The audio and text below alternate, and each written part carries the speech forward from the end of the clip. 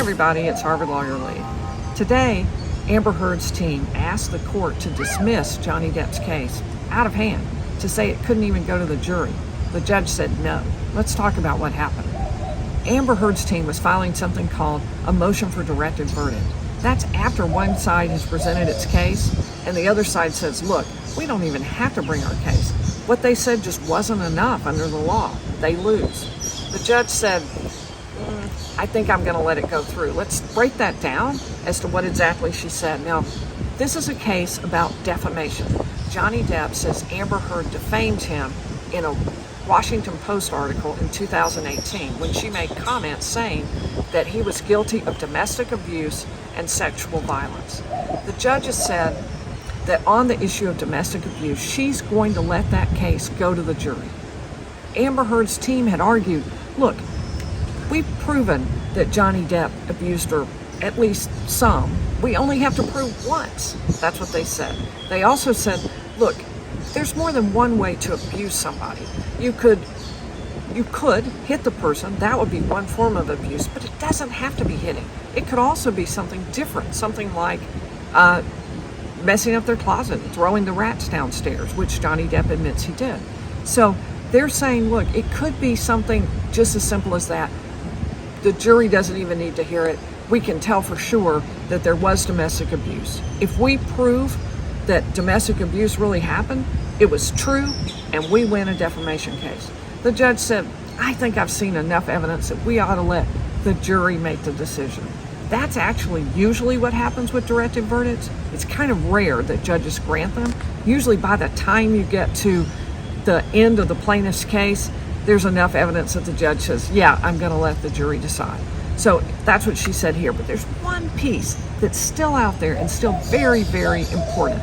That is the statement that he not only was guilty of domestic abuse, but also sexual violence. And I do need to add the caveat. It did not mention Johnny Depp specifically in the article, but I think most people think it's pretty clear it meant Johnny Depp.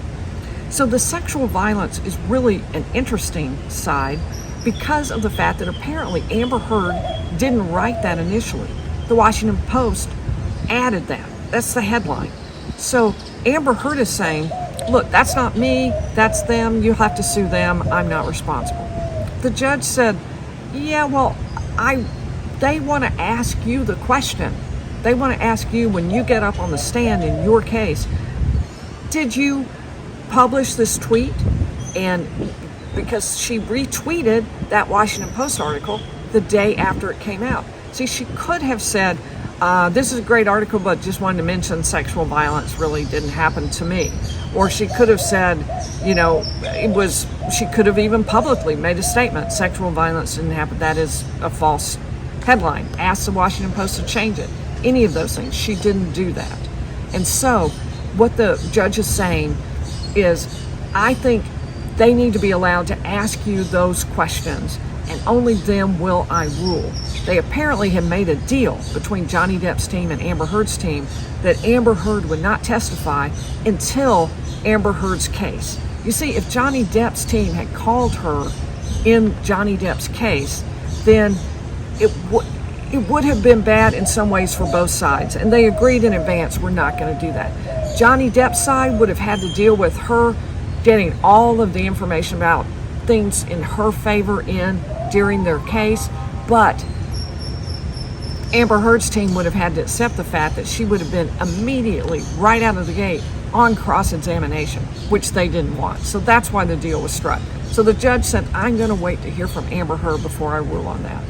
That's what the meaning of it was. Be sure to subscribe with the notifications on. I'll be vlogging about this all week long, and I look forward to seeing you back in the next video.